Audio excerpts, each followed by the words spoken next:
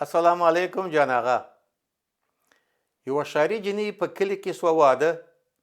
مور یې ویل پام سپکه ونه ښوروې خوله، په رنګ ښایسته یې نسې یې خواره خسته که، زردالو غوندې خوږه یې ترخه دې نسې منده که.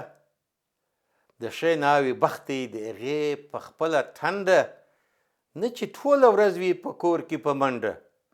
ټینګ ټینګ لمونځونه د هغوی مخې ته کوه، غټ غټ پوړنې په سر د هغو مخې ته اچوه، چې ونه وایي ښاري ناوې سره کافره ده یا کبرجنه ده، د خدای او رسول منکره ده. خپله ژبه کړه په ښو ښو نومونو روږده، لومړی ته هر څه پر میړه دي نوم کښېږده. پر میړه باندې ښه نومون ایښول دی ادب، نور هېر کړه د ښار د خلکو دا بد دب.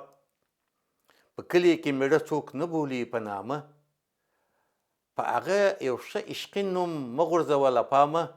دل آغا یا قندي آغا یا جان آغا یا سردار آغا، شیر پاچا یا زمری آغا یا بادار یا بردار آغا.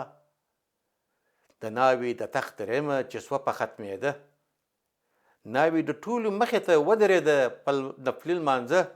ناوه بری له بهر راغی میړه رحمت الله، د هغې په لیدو یې له خولې ووتل سبحان الله.